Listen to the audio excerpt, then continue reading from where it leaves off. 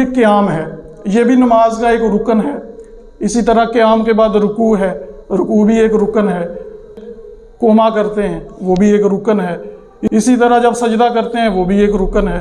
جلسہ کرتے ہیں وہ بھی رکن۔ پھر میں فتاوی عالمگیری کے حوالے سے ہے، ایک رکن میں 3 بار خارش کرنے سے نماز ٹوٹ جاتی ہے۔ خارش کر کے ہاتھ ہٹا لیا، پھر خارش کی، پھر ہاتھ ہٹا لیا، یہ 2 بار ہوا۔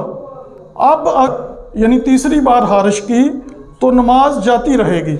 تو ایک دفعہ خارش کی فرض کریں، تو یہ ایک دفعہ خارش کی تو 1 سے 2 دفعہ آپ نے اگر ایسے کر بھی لیا تو یہ ایک ہی دفعہ کہلائے گا۔